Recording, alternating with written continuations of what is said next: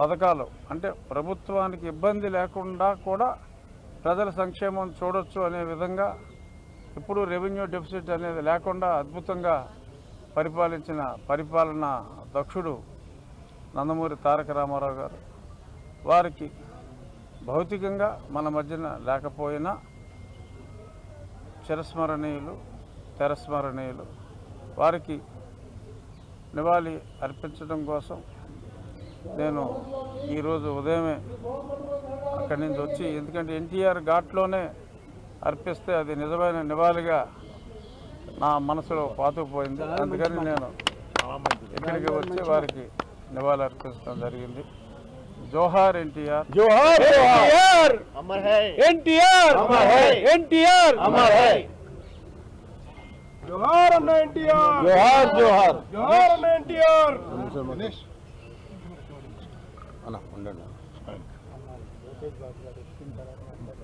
తెలుగు చలనచిత్ర పరిశ్రమలో దేదీప్యమానంగా వెలుగొందిన ఒక మహా నటుడు అన్న నందమూరి తారక రామారావు గారు.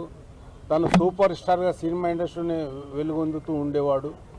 కానీ ప్రజల నుండి నేను ఏదో తీసుకున్నాను, ప్రజలకు ఏదో ఇవ్వాలి అన్న ఉద్దేశంతో తెలుగుదేశం పార్టీని 1983 మార్చి 29న స్థాపించారు.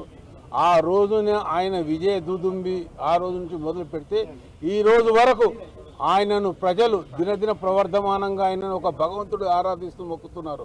అలాంటి మహానటుడు, మహారాజకీయవేత్త, సంఘ సంస్కర్త, ప్రజల పాలిట దైవాంశ సంభూతుడైన అన్న నందమూరి తారక రామారావు గారు ఈరోజు స్వర్గంలో ఆయన నిండుగా అక్కడి నుంచి ఉండి మనను ఇక్కడ చూస్తూ అక్కడి నుంచి మనందరినీ ఆశీర్వదిస్తున్న మహా వ్యక్తి అన్న నందమూరి తారక రామారావు. అలాంటి వ్యక్తి పుట్టిన ఈ గడ్డ మీద ఆయన ఇక్కడ వర్ధంతి జరుపుకుంటున్న ఈ గడ్డ మీద మేమంతా పుట్టడం మా అదృష్టంగా భావిస్తున్నాము. అలాంటి మహా వ్యక్తి ఎన్ని తరాలెత్తినా ఇంకా నవ్వుతో నా భవిష్యత్తు రాలేరు.